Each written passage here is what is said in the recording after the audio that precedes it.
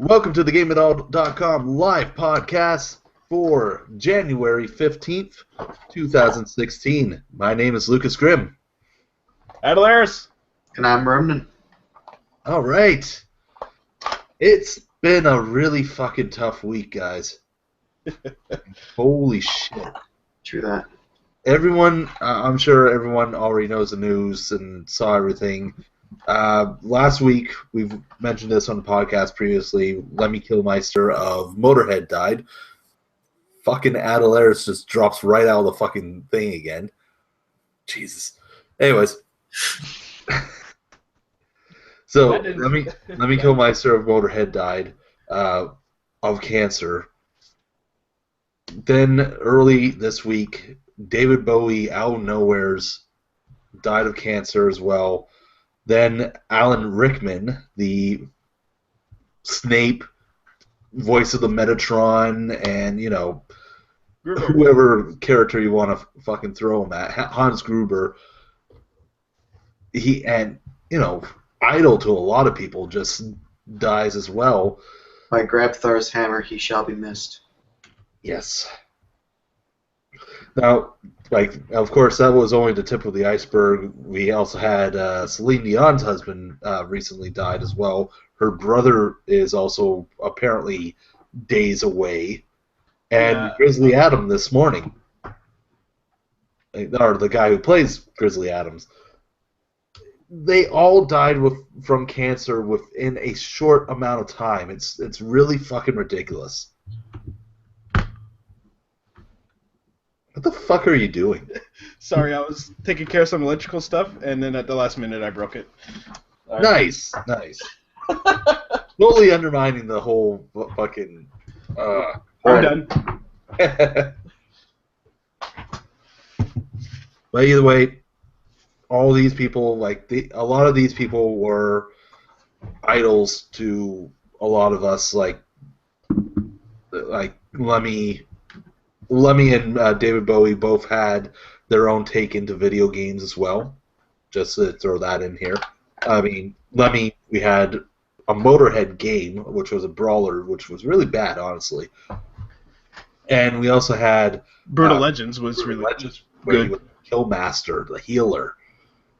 And David Bowie, we had him in David Cage's first game, Omicron: The Nomad Soul, which, coincidental, Square Enix is giving out free for right now.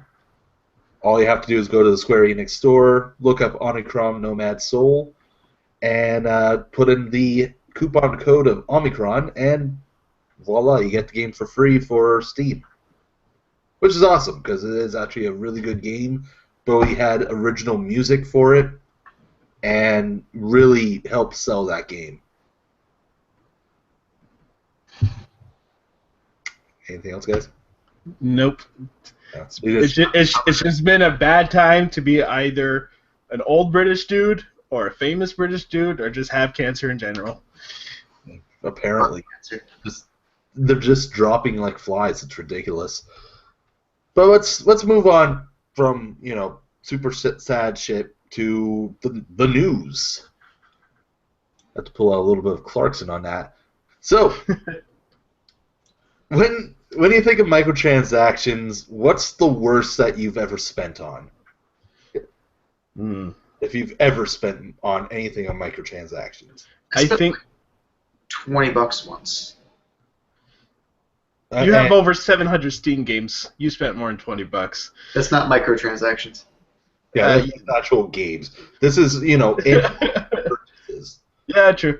I think the most I'd ever spend on would be characters on League of Legends. I think in total I'm probably up to about $50, $60. So you wouldn't go as far as, say, I don't know, $8,860. No, sir. Well, that's apparently what happened to a guy in Ontario whose son used a Xbox game, an unspecified Xbox game, according to the articles, for over $800 or $8,000 of in-app purchases. That's why you turn on parental controls. So, yeah, this This was his 17-year-old son did this. Oh, Yeah. he should know better. He should know better, first off. So the man who did, who's called Lance Perkins of Ontario, he when he saw the bill, this according to his statement, when I saw the bill, I tripped over a broom, smashed my head on the shelf, and called my son right away. This is what he told Global News. He's given his son a credit card for emergency purposes for their family store, and then he admitted that he used it on video games, but he believed it was for a monthly subscription. Then comes in the fucking bill, and it's $8,860, more than what he's been paying yearly on his mortgage. I'm really curious, first off, to know what game that could have been. It could have been. No, there's a few games that could have done that. Call of Duty, of course, added in-app purchases recently. Could have been trying to get But even then, you can't spend that much accidentally. No. At least on any game that I can think of, because you buy it in sections every time. So either this kid is an obsessive compulsive with no ability to control himself, or there is the chance that maybe, there's, because it's unspecified, we don't know what game, but there might be a game that's doing some pretty shady tactics. It's not really telling you you're buying stuff. Exactly. So with this, Microsoft actually stopped the purchases on the account moving forward. However, as much as they emphasized with him, they were legitimate reoccurring purchases, which did not get flagged, and because of that, unfortunately, he's out of luck with them. But still, $8,860. Yeah. That's now out of the good thing out of this, his son's Xbox has been taken away, and the smartphone will be next. So he is cut off. He is done for. I would even say he's pretty lucky. I was gonna say, because if that would have been my son, he'd be hospitalized with an Xbox in his ass. That's just absurd and like, what the fuck are you thinking? Yeah, that's just what the flying fuck. How do you do that? How do you spend $8,860 on a game and expect people not to notice? Yeah, and it wasn't even his money; it was his father's. Yeah, it was his father's money. Yes, that's just ridiculous. So, I have something cool that just popped up here on my feed that I want to talk about real quick, and this is going to be completely randomized, and actually not about gaming. So, you guys must have heard that Netflix is making a TV series for a series of unfortunate events. The Lemony Snicket TV show. Yes. Book. Neil Patrick Harris has actually set to star as Count Olaf. I don't know anything about the story. I never saw the movie or read the book, but that sounds cool. Even the movie was great. Like I loved it. Jim Carrey did a fucking great job. But the film is, the director of the film will also be directing a Netflix series as well. So that'll be pretty cool to see how that turns out. But yeah, Neil Patrick Harris, Count Olaf. That's going to be interesting to say the least. He's a good actor. 13 episodes straight to series order. He's a good actor, so I'm pretty sure he could pull it off. Oh yeah, I'm sure. I'm positive he can. Yeah, that's not a problem. You guys gonna pull your hair out? Yeah, all of it. All one strand. So let's move on. EA Origin Access, EA Access, which is the Xbox version of pretty much a PlayStation Plus subscription with only EA games. we're all aware of that system, right? Yeah. Pretty interesting how that was set up. So the biggest complaint I've ever heard about that is that it was never set up for PC for that. And now that complaint is no longer exists because EA has announced this week that Origins will be getting the Access program, and for $5 a month, you'll be able to get access to the Vault and free trials and early access to several games. Honestly, I didn't realize there was a difference because I thought that and Origins were one and the same. Yeah, and, there's two separate things in this case. Origin Access is going to be the big subscription system.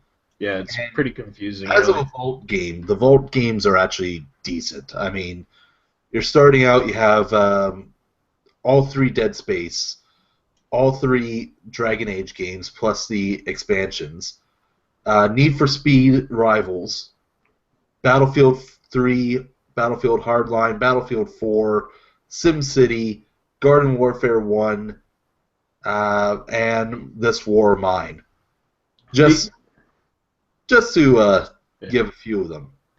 The only old game that they have that I want is Command & Conquer's Generals and its expansion 0 Hour, because apparently the only way you can get it playable, more or less, for Windows 10 is through their latest collection. I think it's called Command & Conquer Ultimate, something like that. It's got like 17 games in it, but you got to buy all those extras just to get that one thing, which sucks. But then again, you're getting the entire Command & Conquer series. I mean, but that's the thing. I already own Command & Conquer's First Decade, so I'd be pretty much buying again the most of their Command & Conquer games just for that one game to be runnable. Like, yeah, they should have made it that if you already own the game, that it could be patched or something, but you can't. It won't even run for the original versions. So I was kind of annoyed by that. Yeah, that's pretty horrible. So let's see, like, as of a deal for PC, that like there's nothing like that for PC as of yet. So Origins Access sounds like an actual good system. Now, the thing with that too, actually, what really surprised me is actually the advertisements for it so far. Because the first advertisement I've ever saw is fucking Bill Nye coming up and talking about having EA Access on PC. And then bringing up the topic of multiverses, if that somehow had something to do with it. Multiverse theory for how to play games with yourself. What? Doesn't make any sense. As if we need the multiverse to play with ourselves. Oh, that's horrible. Science. I got nothing. So, SNK. Last year, they were bought out by a new company who really wanted to push their games. Now, which company was that? Let me pull that up again. I forget. Why did you have to ask that? Because I knew I didn't remember it. Lido Millennium. Never heard of them. So, yeah, I've never really heard them before this as well. But when they got bought out, the CEO wanted to make all the all the IPs. There we go, and all their tie-in possibilities to possibly lead into a Marvel type universe. Okay. So that sounds pretty cool. Like, okay, all these games are going to have a connection somehow, and they already do with the King of Fighters series. Now, the thing is, their comparison to Marvel wasn't just with the branching storylines, but it's also trying to move it towards comics, movies, TV, and animation. Now, this week, there was a leak from the Chinese website Tencent Games, who reported that an anime version of the King of Fighters series is actually going to premiere sometime this year between April and June. There's also a live-action adaptation in the works, with no planned schedule of when that will be announced as of yet. I find it kind of... Oh, sorry, I got some weird feedback on your end.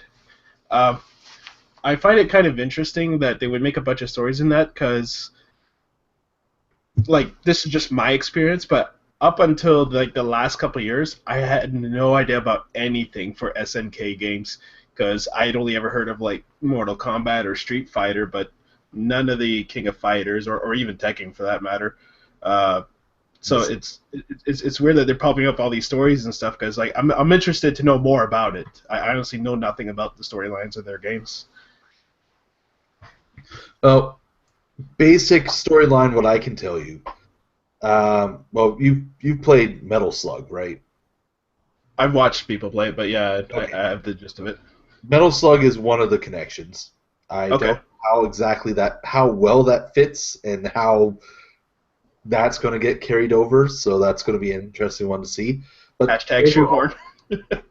overall, King of Fighters is a tournament is going on where part of the Fatal Fury storyline carries over, and they find people with like sort of like blood of the dragon or something, and they're trying to fight for control over it.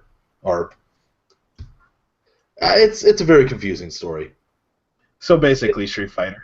Street Fighter, it's a Street Fighter story with much more characters and a lot more craziness into it. Okay. I really wish I could explain it, because it is actually a decent story the way that they've gone about it. But like, I haven't played most of them to tell you exactly what story it is, because they're mainly arcade games. Yeah, if they're planning to make a multiverse out of it, I can imagine easily that they may do like a story reboot to help everything fit together. So Probably. It's worth starting fresh. Now, here's the thing.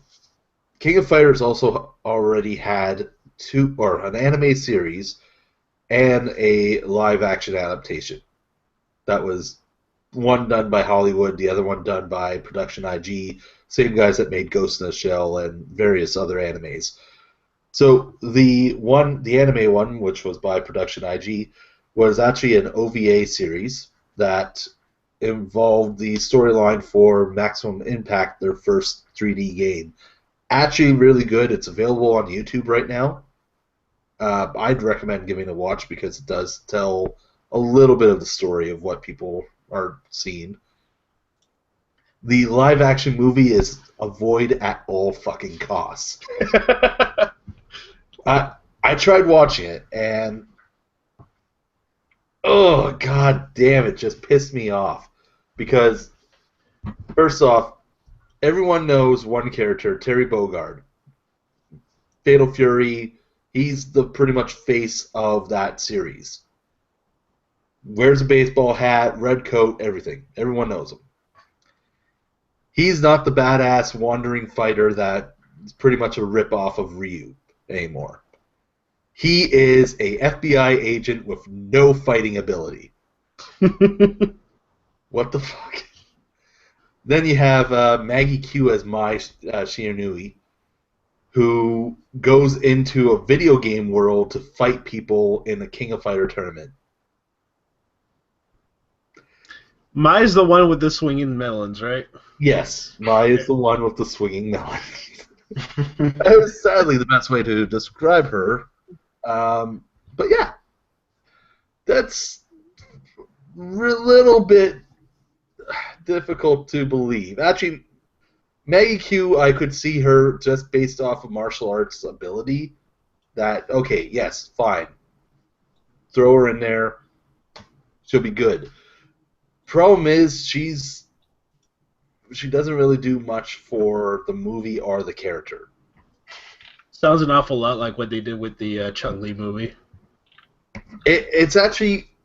Here's the thing. Chun-Li movie is actually watchable. For the most part, in comparison to this piece of shit. Wow. My worst part is Sean Ferris and Ray Park. Sean Ferris plays Keo.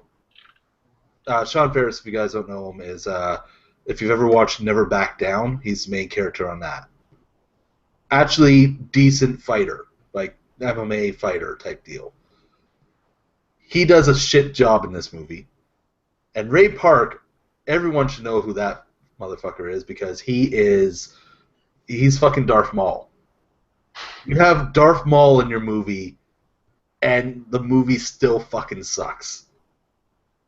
To be fair, Phantom Menace sucked too, and he was in that, so he can't carry it alone. But he was the best part of that movie. Yes. So, to be honest, I mean, come on. So, yeah, horrible movie. Avoid at all costs. I'm hoping the live-action adaptation is actually going to be a lot better. The anime is obviously going to be much better. So, and I'm assuming that's probably going to be on Crunchyroll at some point in time by next year, or hopefully by this year. Just in case we want to watch it. Yeah. So I'm glad that we have a service like Crunchyroll, like not to be like sponsor begging or anything, but I was talking to a new friend of mine just today about it because she doesn't know a whole lot about internet stuff. She's one of those country girls, and I'm trying to explain different ways you can watch shows if you're bored. So if you want to watch old movies, there's Netflix, and then when I mentioned anime, I'm like, there's Crunchyroll, which a lot of my friends have been adopting recently, and they've been telling me to get it. I'm like, once I can afford it, I'm going to spring for it too because I haven't watched anime much in a whole while, and there's a lot of good ones coming out that I want to see. yeah, like that definitely. I've used the service a few times just for the animes I really want to watch, and yeah, it's a great service. Once again, they're not a sponsor of the show, so we're just actually saying Yeah, just make the legal point there. just legal point on that. We'd love them to be our sponsors, but we'll come back to that some other time. So, just a couple quick announcements about new releases coming out. The new Hyperdimension Neptunia game was announced today to be going to be released on February 2nd, which is actually only 3 weeks away from now. That's short term. It's very short term, so it's called Mega Dimension Neptunia 7. It looks great. I'm actually a fan of the Neptunia series. I don't know if you guys ever played it. Sly is a pretty big fan of it, so I see him post about it. I see him post about it pretty often. Well, great thing about I'll move this one a little bit longer. Then, great thing about that series, it's a parody of the video game industry. So you're playing as 4 goddesses that are based off of consoles. Neptune is based off of Sega's Lost console that should have been released, Sega Neptune.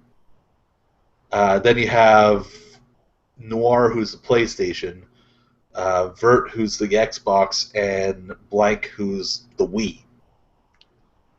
And they also have their own branches of sister consoles, which are the handhelds. So it sounds pretty funny, actually. It already sounds pretty hilarious. Moving on, that you have enemies like Space Invaders, Tetrodes, the Tetris pieces, and various different enemies like that. It's actually pretty fucking funny. I'll give it a check out when I get a chance. It's a great series. I do recommend it. It's on. It's going to be on Steam soon for the Rebirth series, which is 1, 2, 3, and the Action Unleashed series is coming soon as well. Yeah, I saw quite a few of their games featured during the Steam Winter Sale. Yeah, I was surprised that I thought there was just 1 or 2, but there's quite a lot of their games out there. There's a few. There's quite a bit of them because there's multiple spin-offs too. But it's a great series. Definitely recommend it. Another one that is coming out soon next week. Dark Cloud 2 is coming to PS4 off of emulation. Just the second one, or both 1 and 2? 1 is already on there. Okay. So 1 is on there. 2 is coming next week.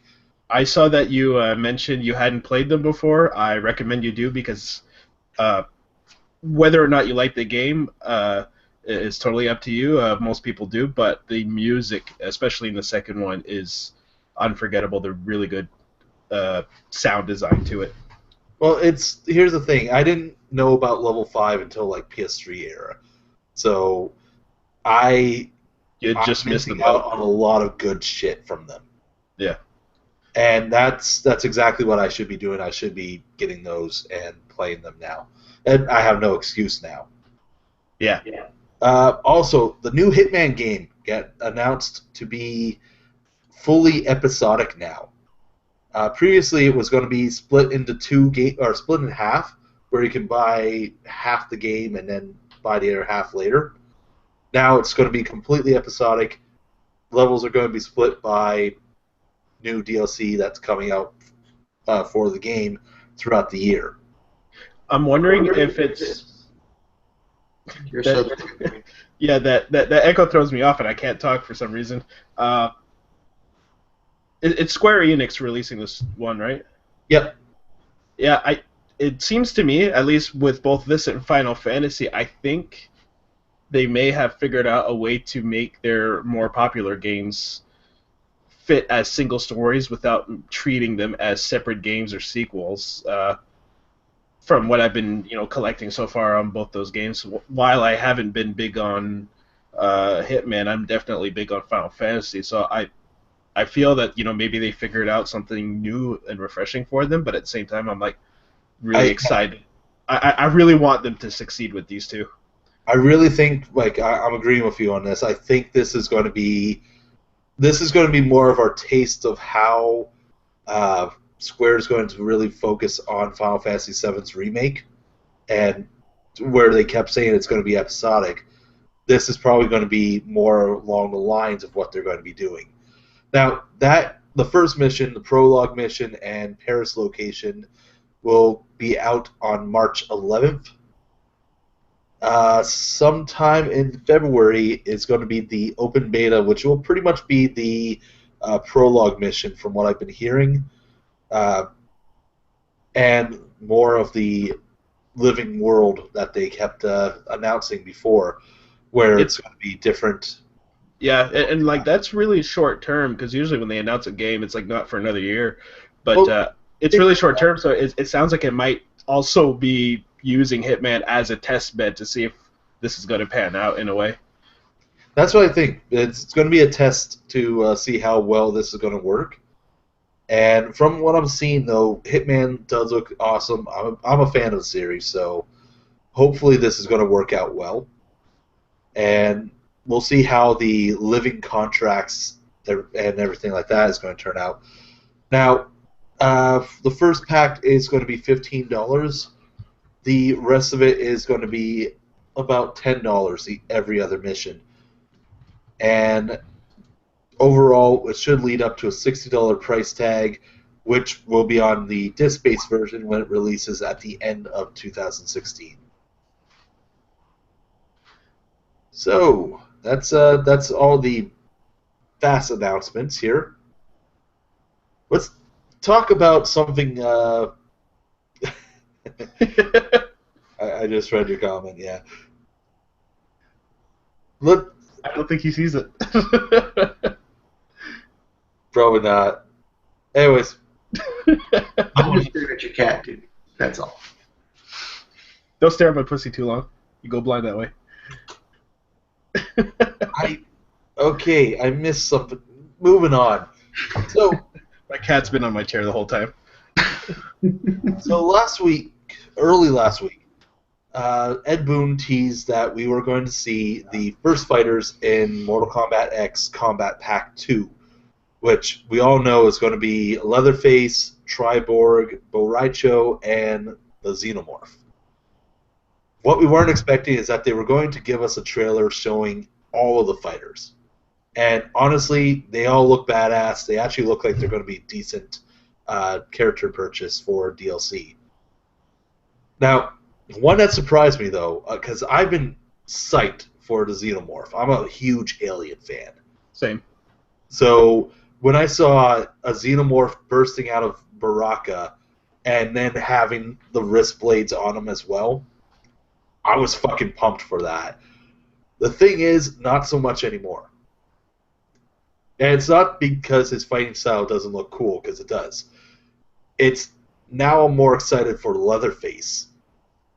Leatherface, I wasn't expecting to be as fast or crazy with his fighting. I mean, honestly, I should have, because, Texas Chainsaw Massacre, he's a fast motherfucker.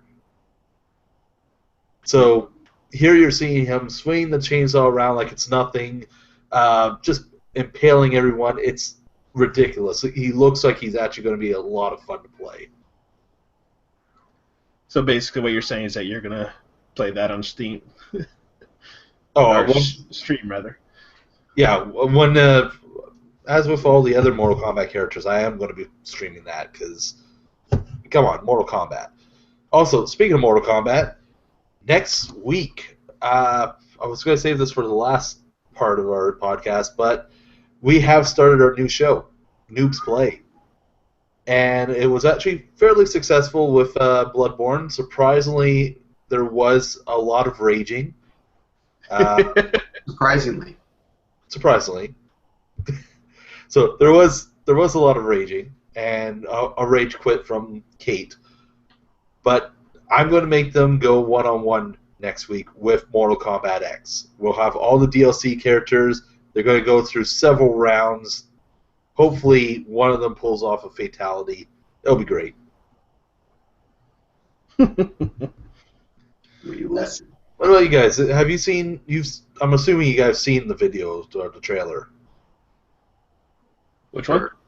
For Combat Pack 2. No, I've only read quick bits of what you wrote about it, but I'll check it out after. Didn't have time. I'll see which ones you guys were more excited for, to see. I'm excited for the like we mentioned, Alien.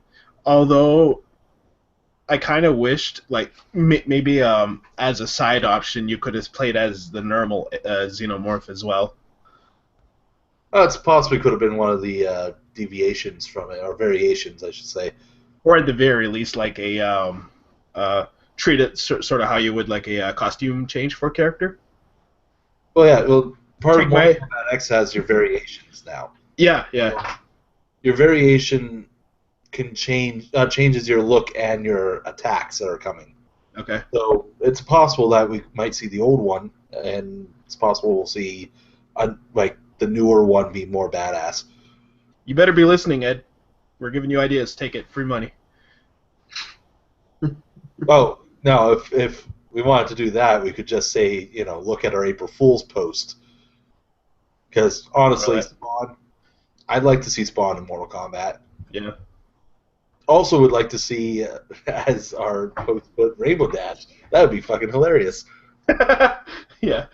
But, yeah, that would never happen. That was put there to prove that it was an April Fool's joke at that time.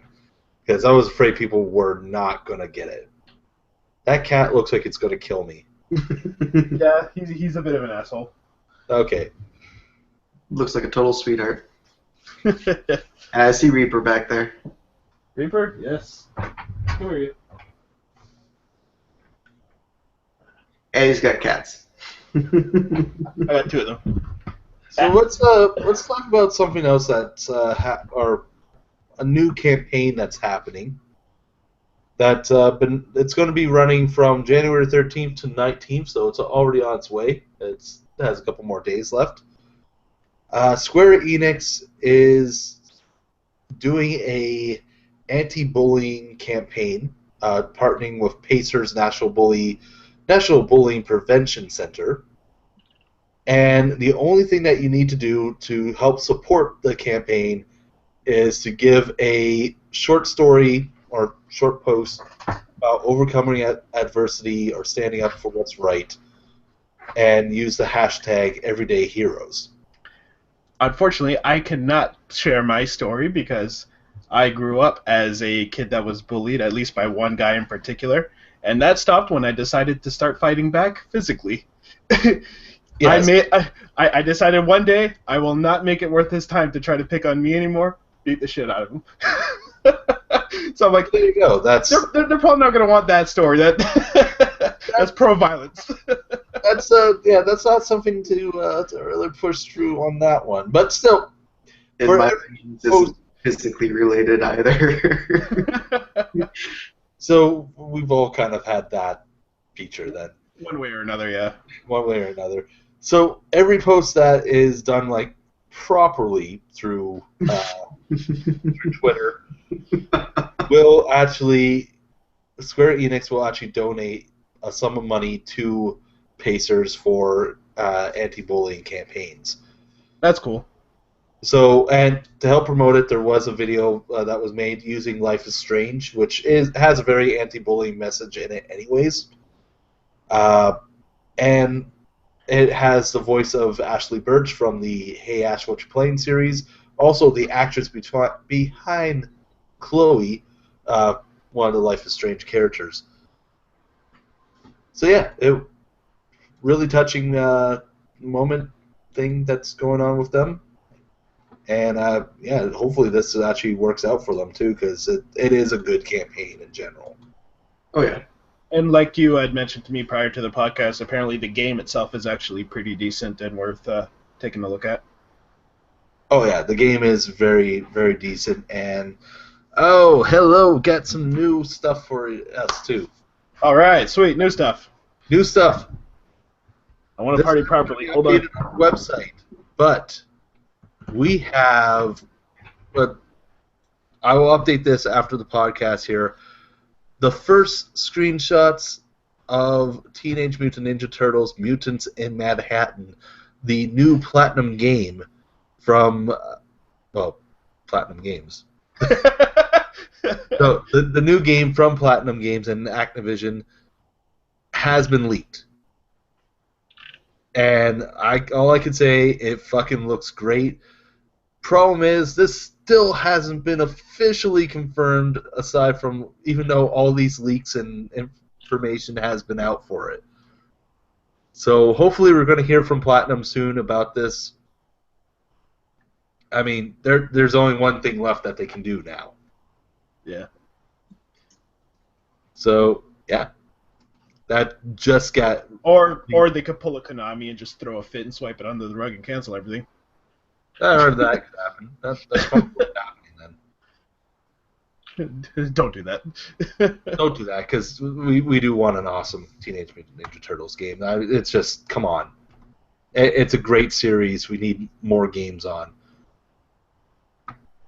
So, For Honor, we saw that at E3 this year for Ubisoft's campaign.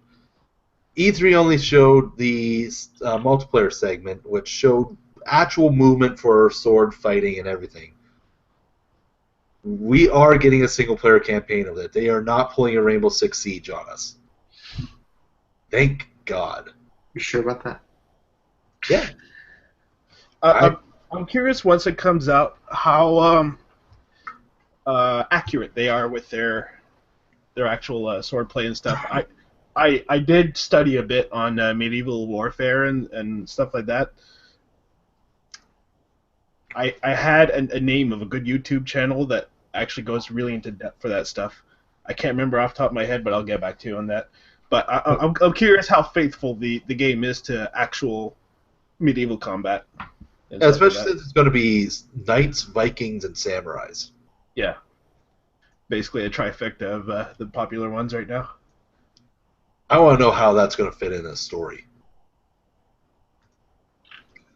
They might make one up, although Well, given the time period that they would be involved in, there's some like pseudo-realism to it. They're all more or less Middle Ages. Also, I'm wondering how they're going to fit it into Assassin's Creed, because we all know that's been happening with all of Ubisoft's games. Well, Assassin's Creed sort of takes place throughout all of history, so that's kind of a given that they can stick it anywhere they want. And I don't mean that in a negative sense. They can put, shut up. Yeah. I was talking. Shut your face. And one of the last things I want to talk about, uh, everyone knows this game for being the boringest game ever made, Desert Bus. We all know the charity Desert Bus for Hope. They play the game, which you drive a bus from, where was it again? What was the start point? Like Tucson, Arizona to Las Vegas? Yes. Yep. Tucson. Okay. So you drive from Arizona to Las Vegas at the real-time maximum speed of 45 miles per hour, which takes 8 hours to complete. There's no pause button. It's a real-time distance, and people just love watching those guys play it because they do ridiculous stuff in the meantime. And what was their last charity event, 2015's? They earned $677,000 and 100. I'm saying that wrong. They earned over $600,000. There we go. Speaking of charities, the AGDQ passed $1 million on Saturday, and awesome. That was really cool. And I believe they should start popping up into archives if they haven't already. I'm pretty sure if you check their YouTube or main homepage, you can start seeing not pre-records, but recordings of how everything went about. I was blown away by this year's task run as well, where they use computers to speedrun games or do really neat tricks. And this year they actually hacked a Nintendo DS Brain Age to do some pretty funny stuff. Nice. And they also hacked Super Mario World again and rewrote its code to become Mario Maker. Oh, and then they had Twitch create and play a level. Twitch broke it immediately.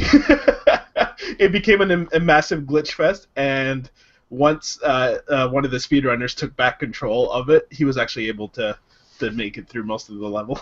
Nice.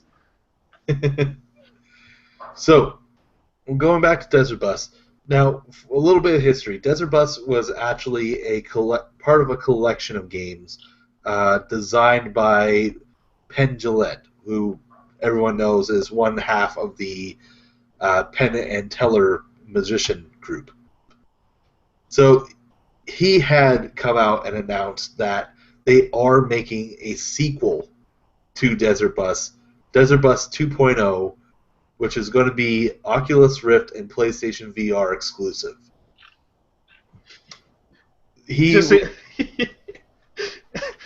Not only can you be bored to death just driving in a straight line, more or less, now you could do it by yourself in a secluded virtual reality.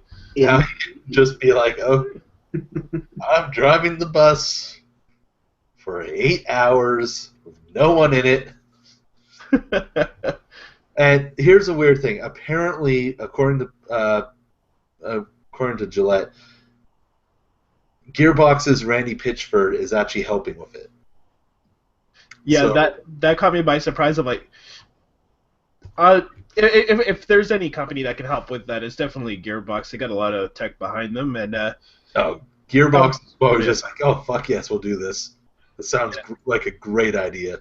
Yeah, obviously it's like considered a prank game, but because its main primary use is charity events now, it's still a good idea. I mean, if it works, it works. Go ahead. Exactly. So yeah, that's going to be coming out sometime in the very near future. And let's talk about something a little bit random here. News came out today that 2 seconds. News came out today that Kiefer Sutherland will not be reprising his role in 24. Everyone knows Kiefer Sutherland from 24, and the reboot of the TV series with an all-new cast is coming. Fox has confirmed that. A lot of people are pissed. Not so much David Hayter. So, if anyone knows, David Hayter originally played Snake, Solid Snake, in Metal Gear Solid, and for some reason, suddenly in Metal Gear Solid 5, Phantom Pain, he was replaced with Kiefer Sutherland. So he actually put a pretty salty tweet on Twitter, and I'll read this in quote. No way! You can't just replace an icon like Kiefer Sutherland. The man defines the series. That is such salt, honestly. That is great. It's a perfect get back, honestly.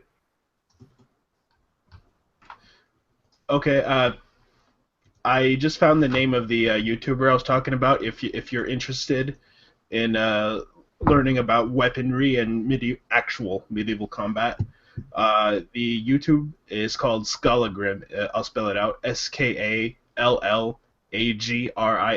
all together. And he's super informed on a lot of cool stuff. Although I just saw that a video he uploaded a day ago. Apparently he's recovering. He got hit by a car.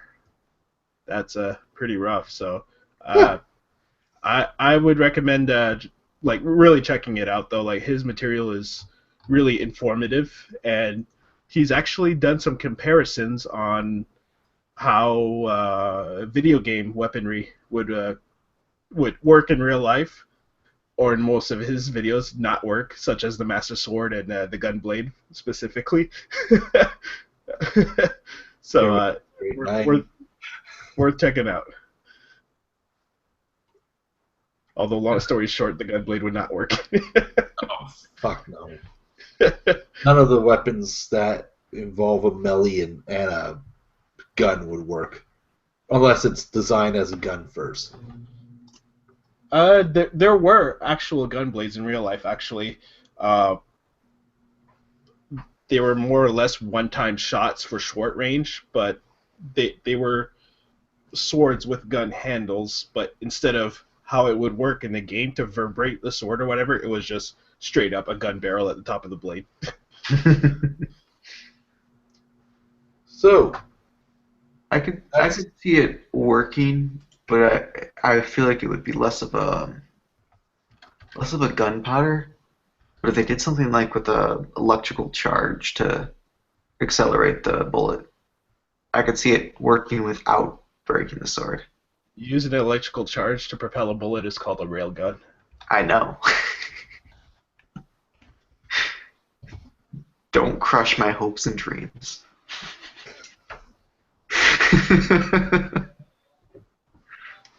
So that's everything for this week.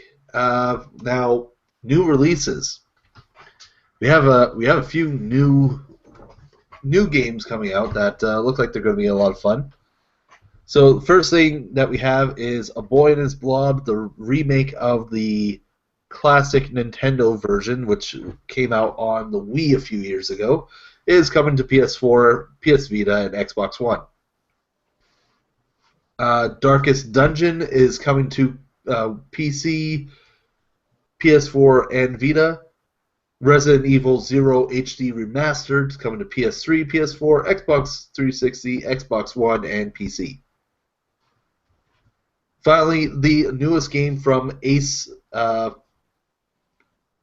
Deadly Tower of Monsters, coming to PS4 and Windows.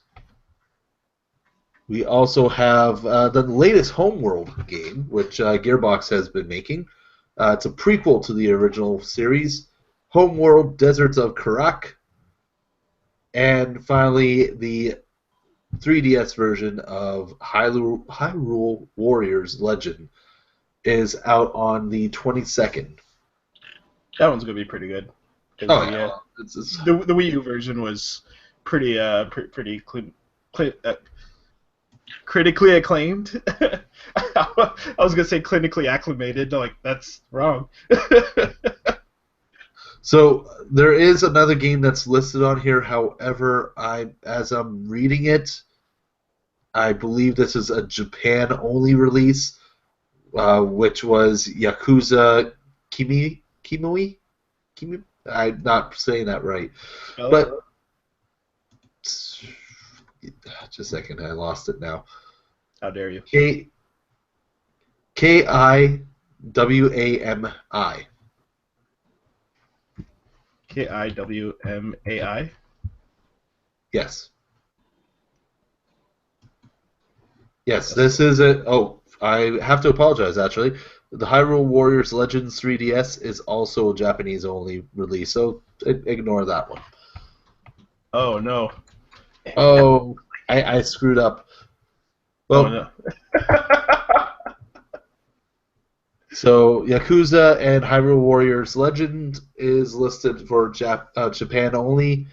Hopefully we'll get to see, well, we do know we're getting Hyrule Legends very soon.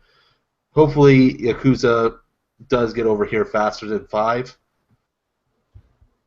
And yeah, that's all the new releases as well. I almost feel like the Yakuza one is a typo. I think it might be Kiemai because usually there's no IW in there. I could be wrong, but it doesn't seem right for the spelling. It's hard to say. I don't. Yeah.